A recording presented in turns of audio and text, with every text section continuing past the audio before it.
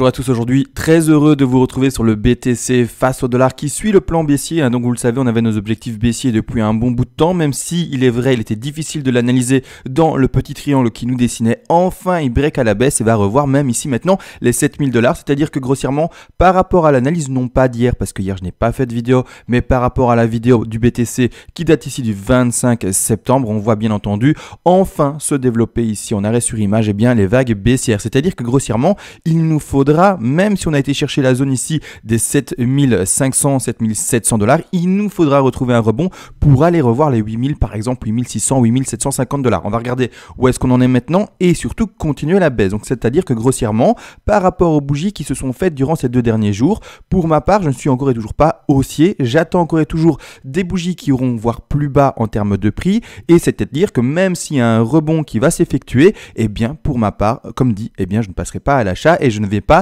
me dire avec un FOMO, ça y est, on est de nouveau haussier, il y a de nouveau des bougies rouges, est-ce que je dois acheter, oui ou non? J'attends vraiment ma position de trade avec une conviction beaucoup plus forte, c'est-à-dire vraiment aller revoir les 7200 $, par exemple, comme dit bien entendu dans les vidéos précédentes, avec les gaps, etc., qu'on peut retrouver sur les futurs. Avant d'analyser tout ceci, de voir les objectifs, etc., qu'est-ce qu'on a développé comme vague? Encore une fois, un grand merci à toutes les dernières donations. Vous le savez sûrement, quand vous faites une donation, je vous offre tout volontiers toutes les règles d'Elliott en français. Premièrement, ben voilà, en français facile d'accès. Comme ça, de votre côté, vous pourrez faire vos propres scénarios haussier, baissier, ne pas FOMO parce qu'il y a des bougies rouges ou vertes, vraiment tenir un plan et vraiment entrer en trade ou en position seulement quand le plan bien tout simplement se réalise. C'est-à-dire que vous mettrez également, si vous êtes trader, des stop loss et des take profit bien entendu et des points d'entrée qui sont calculés. En plus de ça, vous le savez, si vous le désirez, vous pouvez me demander une analyse à la demande sur n'importe quel actif spéculatif qui sera fait le plus rapidement possible en vidéo, crypto-monnaie ou pas. D'ailleurs, la prochaine, c'est le TRX, le Tronix. Ça faisait très longtemps que j'avais pas faite. Elle va être faite. J'espère la faire pour demain, c'est-à-dire dimanche, d'accord? Donc j'essaie vraiment de la faire pour demain. Maintenant, je suis un peu débordé, mais à mon avis, demain, elle sera faite. Et donc c'est parti. Maintenant, assez de blabla en début de vidéo. On analyse tout ceci. Pour ma part, là maintenant, je peux déjà partir dans la validation de ma 3 que j'installe ici. Donc ici, j'avais mis le point 3, bien entendu, ici, d'accord, dans la vidéo précédente, mais pour ma part, ici, là maintenant, avec le sous-décompte que je vais vous exprimer, eh bien, je validerai déjà ma sous-3 là pour revoir le rebond de 4. Après, maintenant, si ça s'écrase plus, c'est que j'ai mal lu le graphique, je me suis trompé quelque part, mais n'empêche, moi, je vois déjà un rebond. Maintenant, encore une fois, à vous de voir si vous tradez ça ou pas. Maintenant, clairement, pour ma part, vous le savez, je fais du swing trading, c'est-à-dire que clairement, j'attends une position plus basse pour entrer en position pour un long terme. Alors, long terme, on s'entend bien. Du swing, ça se fait en weekly, c'est pas pour 2-3 ans, d'accord? Je ne parle pas d'investissement dans ces vidéos, encore une fois, je le rappelle, d'accord? On joue vraiment avec stop loss et TP. Donc ici, pour ma part, j'arrête ma 3 là, même s'il est vrai, vous allez le voir, eh bien qu'on ne va pas chercher avec le bas de cette 3 là, les 261,8% de Fibonacci. On s'arrête juste un peu avant, mais c'est surtout le sous-décompte des vagues qui m'indiquerait qu'on est enfin en fin de 3. Et également, simplement, après je vais l'indiquer également, le RSI qui m'aide à valider mon bas de 3, qui est en beige ici, d'accord, beige brun ici, clairement là aux alentours des prix des 7793 $ ici sur le cours de Bitfinex. C'est-à-dire que quand je prends en fait, vous allez le voir, hein, on ne va pas chercher en fait le Fibo, mais quand on met en fait le Fibo, clairement comme suit, on va pas le chercher, hein, regardez, on va pas chercher les 261,8. Hein. Moi j'avais placé ici ma 3 parce que clairement, donc ma 3 et pas la 5, la sous-5 que je viens de déplacer, mais la 3 je l'avais indiqué là parce que clairement c'est l'objectif principal. Maintenant les sous-vagues vraiment m'indiqueraient qu'on serait plutôt déjà avec une 3 de plus grande envergure terminée là, à attendre un rebond pour aller rechercher les 23,8, 38,2, 50, mais après vous le savez très bien, étant donné que la 2 était classique je pense, la 2 était classique, je pense. Je vais vite regarder ça par rapport à la 1. Ici, la 2. Elle a été chercher les 61,8, donc c'est ça. On va plutôt privilégier un 38,2. On va regarder ça ensemble. Mais clairement, voilà. Pour valider la 3 et pas bifurquer sur plein de sujets en même temps, on va d'abord travailler la 2 vers la 3 en parenthèse. Clairement, c'est sous décompte qui m'indique ça. Pourquoi? Encore une fois, premièrement, on va prendre le RSI en compte. Donc ici, je suis en 4 heures. On nous fait bel et bien pour le moment un plus bas. Vous voyez sur le RSI. Donc je vais indiquer ça. Je vais un peu légèrement modifier ça à cause du logo qui est indiqué en dessous. Je sais, pendant un moment, je les avais retirés, mais je réalise que finalement, c'est peut-être pas une bonne idée. Même si c'est plus agréable pour vous, pour la lecture, c'est peut-être pas une bonne idée parce que c'est ça finalement qui a fait qu'il y a plein de gens qui copient mes vidéos et qui surtout les prennent impunément, font des captures d'écran et disent que c'est finalement leur analyse. Donc c'est ça, je préfère quand même laisser mon logo. Donc peu importe ici, encore une fois, on va essayer de parler du trading et non pas des choses annexes. Clairement ici, voilà, je vois pour le moment un plus bas avec la sous-divergence, d'accord, qui m'indiquerait la sous-vague adverse 5 qui m'indiquerait bien entendu ici le bas de 3 validé, le rebond pour une 4 qui est occupé de s'effectuer. Attention, hein, bien entendu, il faut bien comprendre, ce rebond de 4 ne pourra pas, d'accord, écraser bien entendu cette zone-là. Alors je vais la montrer. Donc ça, on a notre 1, notre 2 qui s'exprime dans cette zone-ci avec les plus hauts lames, d'accord. Donc ici, en fait, le rebond qu'on vit actuellement, s'il commence à breaker cette zone-ci, d'accord, donc vraiment les plus hauts qui sont ici, hein, d'accord, aux alentours des 62,06 pour le RSI, et bien ça sent mauvais. C'est que la 4 est invalidée et c'est qu'il faut regarder quelque chose d'autre. Alors également, je dis invalidé, mais il faut le savoir, les 4, c'est très très rare quand le RSI, justement, il va péter le RSI de la vague précédente, donc de la 2 en l'occurrence ici. Donc c'est pour ça que je vous le dis, à surveiller le RSI surtout. Maintenant, ce que j'attends n'empêche, c'est quand même un rebond ici, d'accord, pour notre 4, et puis enfin replonger, c'est-à-dire également avec la divergence, n'oubliez pas, pour le RSI, pour indiquer, bien entendu, la vague de plus grande envergure qui sera par après. Hein. Donc ici, bien entendu, la 5 qui sera attendue avec divergence de plus grande envergure sur le RSI, bien entendu. D'accord. Donc ici, clairement, voilà pourquoi le RSI m'indiquerait ici le bas de 3, parce qu'on commence directement déjà à rebondir pas mal fort, ça se dit pas, mais assez fortement vers la 4, bien entendu. Et surtout, bah, en fait, le sous-décompte que je vais devoir exprimer cette fois-ci en cycle avec la time frame en horaire, c'est-à-dire que là, je vais vous montrer, et je retire vite fait la ligne jaune, en tout cas, je la mets en retrait ici, comme suit, on voit moins de choses à l'écran. Clairement, en fait, il faut comprendre que là, maintenant, on va parler de vagues beaucoup plus petites, mais le RSI vraiment, ou pas le RSI, mais les rapports de Fibonacci sont vraiment intéressants. Donc ici, bien entendu, je vais indiquer également le RSI, comme ça vous le voyez. Hein, pour ceux qui connaissent un peu les choses et qui veulent lire la chose, je trouve mon bas de 1, je retrouve mon rebond de 2 avec le RSI, je trouve mon bas de 3. Ici, clairement, on a un rebond de 4 qui s'effectue là. Vous voyez, ça ne pète pas le sommet de la 2. Notre divergence de 5 ici, sous 5 là en jaune, d'accord, je parle des vagues jaunes là maintenant, c'est ça que j'exprime.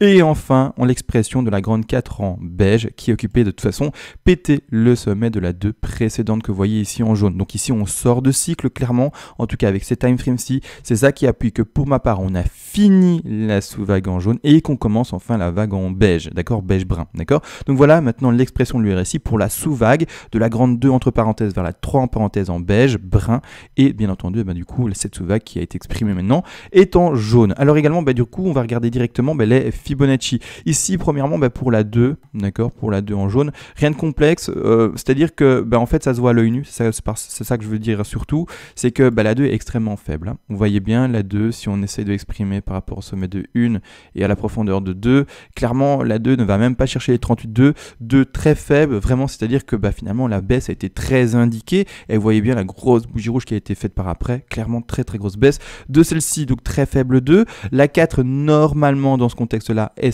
suffisamment, est normalement forte, pardon, j'ai eu un peu de mal, j'ai balbutié, mais c'est pas grave, mais clairement devrait aller chercher 38,2, 50 plus. Maintenant, quand on a une extension pareille sur la 3, on va regarder d'ailleurs combien elle a été cherchée en extension, même pas sûr, mais normalement elle est assez puissante, hein, celle-ci. Hop, 2, comme suit. On a été chercher, voilà, on a été chercher les 361,8, c'est quand même assez profond, et je l'indique un peu mieux tout de même ici, voilà, on a été chercher les 361,8, je rappelle les targets pour une 3 encore une fois, 161,8, 261,8, 423,6, et de manière plus rare, on a également les 200%, pardon, et les 361,8. Ici, vous le voyez bien d'ailleurs, on va chercher les 423,6, d'accord, malgré tout, j'arrête ma 3 avant, je l'arrête à 361,8 à cause de quoi? À cause du RSI, d'accord. J'aurais pu trouver un sous-décompte peut-être qui tenait, etc. pour aller là-bas en dessous, potentiellement, mais pour ma part, j'ai du mal à cause, comme vous voyez ici, tout simplement, du RSI, d'accord. Parce que tout simplement, si on devait prendre les sous-vagues, considérer ça comme une sous-1, une 2, une 3, une 4 qui pète, donc c'est-à-dire le sommet, comme vous voyez ici, de notre première 2 en jaune, ça sent mauvais. Donc c'est pour ça que clairement pour ma part, voilà, j'ai une conviction plus forte pour arrêter ma 3 au 361,8, même si c'était un objectif plus rare, vous le savez, avec les 200%, et pas le valider au 423, même si c'est vraiment très propre. On a l'impression que c'est là que ça réagit, etc. Ben non, c'est pas là que je vais valider pour ma part, et bien, comme vous le savez, mon sommet de 3, et c'est là au contraire, avec la divergence du RSI, comme vous voyez ici, tout simplement, vous voyez, divergence, le cours avec les prix baisse, alors que sur le RSI, vous voyez, au contraire, il monte. Les plus bas sont plus hauts sur le RSI, alors que sur le cours, ils sont plus hauts, ils sont plus bas avec le prix, d'accord. Donc ici, j'espère que j'étais encore une fois compréhensible. J'ai l'impression un peu de me perdre aujourd'hui, mais c'est pas grave, on va essayer de faire de notre mieux. Par après, du coup, objectif de 5, je vais également les rappeler, n'empêche, comme d'habitude, 100, 161,8, 261,8, on le prend. Encore une fois, il y a deux écoles, profondeur de figure ou pas. Dans ce cas-ci, ici, c'est clairement l'école qui prend pas la profondeur de figure en compte. Donc ici, eh bien, on va chercher les 161,8 quand on se pose exactement sur la 4. Si on prend la profondeur de figure ici pour la 4, on dépasse légèrement, on va presque chercher les 200. De toute façon, peu importe, ici pour ma part, avec le RSI, clairement, ça m'indique une fin de 5, et c'est-à-dire également une fin de grande 3 en beige. Enfin, rebond. Alors le rebond, vous allez me dire, bah, du coup, où est-ce qu'on peut l'attendre et quelle envergure finalement, quelle puissance à la hausse il peut avoir. Alors ici, comme dit, on a été chercher quelque chose de classique, donc on va taper normalement un 38,2. D'accord, 38,2 c'est vraiment l'objectif classique, pas plus classique que ça, il n'y a pas, pour bien notre sommet ici tout simplement, j'essaie de bien le placer, de 4. Alors c'est-à-dire que les objectifs normalement sont 23,6, 38,2, 50, mais quand vraiment on doit chercher un objectif moyen classique comme je viens de l'exprimer maintenant, ça va chercher ça, d'accord, les 38,2. Les 38,2 se situent aux alentours des 8 834 $, donc revoir ici un BTC qui va aux alentours des prix là, ne serait pas du tout étonnant pour ma part, et comme dit je ne repasserai pas à l'achat. Encore une fois, il peut également monter à 50, il peut même monter ici à 9149, 9150 $, sans le moindre souci, même si encore une fois, comme on joue avec les statistiques, etc., on va plutôt privilégier ici les 8829. Les 23,6, tout à fait possible également, mais c'est assez faible. Maintenant, après, s'il veut faire quelque chose de très faible, il le peut. C'est un objectif. Les objectifs principaux sont 23,6, 38,2, 50 pour une 4. Maintenant, plus haut, c'est beaucoup plus rare dans les statistiques. Je ne vais pas montrer le PDF aujourd'hui, parce que sinon, j'ai l'impression que la vidéo va être trop longue. Mais clairement, oui. Donc là, les 3 objectifs principaux, on peut aller plus haut. Mais voilà, on sortirait normalement des statistiques. Et il faudra également toujours avoir un œil, bien entendu, sur le RSI en 4 heures. D'accord, pour travailler le cycle plus élevé, pour ma part, j'ai utilisé le 4 heures. Là, je suis en horaire. Mais pour ma part, pour le cycle plus élevé, j'ai travaillé avec le 4 heures qui s'exprime comme si. Vous voyez, le RSI est différent. D'accord, ça se voit. Donc ici, et également, voilà, j'attends mon rebond de 4 pour ma part, enfin, par après, pour recracher, d'accord? Donc maintenant, j'attends ça, c'est-à-dire qu'on a travaillé déjà la 5, etc. ensemble précédemment, je ne vais pas le refaire, d'accord? Donc ça maintenant, comme vu, on a notre objectif principal qui se situe aux 7200 $, comme il est vu ici tout simplement. On va regarder ce que nous fait le BTC par la suite. Je voulais également tout simplement parler d'une petite chose, j'avais lu ça dans les commentaires, je pense qu'il y a quelqu'un qui s'est exprimé à ce propos hier ou avant-hier, par rapport aux moyennes, c'est-à-dire par rapport à la EMA, donc on dit en français, par rapport à la moyenne finalement 21 en weekly, c'est-à-dire que quand on passe en weekly c'est ça? Oui, c'était en weekly, je pense. Quand on passe en weekly, et que je vais mettre du coup la moyenne, alors les indicateurs, hop, ici, la EMA, donc on va prendre... moving average, ici pardon, parfait. Donc voilà, en fait grossièrement ce qu'il faut observer quand je retire tous mes dessins avec la EMA, donc dit à l'anglais c'est EMA, donc ici clairement en fait il faut comprendre une chose, c'est que notre petit BTC avec cette moyenne en weekly, pas mal de personnes ont écrit mais le BTC n'a jamais cassé cette moyenne, chaque fois a utilisé cette moyenne comme support durant les bull runs précédents et même durant le bull run actuel, c'est-à-dire que grossièrement, quand on va zoomer, et c'est vrai, enfin c'est vrai entre guillemets parce qu'il l'a cassé, mais quand on zoome dessus en weekly, souvent la réaction se fait aux alentours de la moyenne ici 21 en weekly, ça se voit. Malgré tout, voilà, il y a quand même des moments où ça le break, d'accord, là ça le break, c'est-à-dire qu'il y a des personnes, alors c'est pas mauvais du tout, chacun son analyse, chacun sa conviction ou plutôt les outils qui permettent d'avoir une conviction de trade et de dire j'achète ou je vends, peu importe. Donc c'est-à-dire qu'il y a des personnes qui utilisent la moyenne mobile, comme ici indiqué, pour dire ok, quand j'approche assez fortement de cette moyenne, eh bien je passe à l'achat. Par exemple, d'accord, et c'est pas mauvais, regardez, c'est pas mauvais, en la suivant, franchement, c'est pas mauvais, d'accord. Après, il faut être conscient que oui, toute finalement analyse technique avec n'importe quel outil n'est pas infaillible, et que oui, il y a des moments où on va rater son coup, et où, par exemple, la moyenne mobile va être cassée à la baisse, même si on s'y attend pas, on se dit, elle joue un gros niveau de support, je veux jouer avec ça. Après, voilà, comme je vous le dis, on n'a pas, et vous le savez très bien, on n'a pas tout simplement de boule de cristal, c'est qu'une moyenne mobile. Et maintenant, à vous de voir si vous rentrez en trade avec ou pas avec cette analyse technique entre guillemets, parce que tout est indiqué automatiquement et écrit pour vous, mais encore une fois, je rappelle, il n'y a pas de boule de cristal, c'est-à-dire qu'aucune technique, entre guillemets, on va appeler ça comme ça, d'analyse, ne pourra vous permettre de garantir un gain potentiel de 100%, d'accord, c'est impossible, au contraire, d'accord, c'est même plus courant de voir un trader louper, par exemple, 7 trades sur 10, c'est-à-dire gagner que 3 trades, être gagnant grâce finalement à son management par rapport au risque et au gain, et bien entendu au stop loss, etc. placé et au TP mis en place.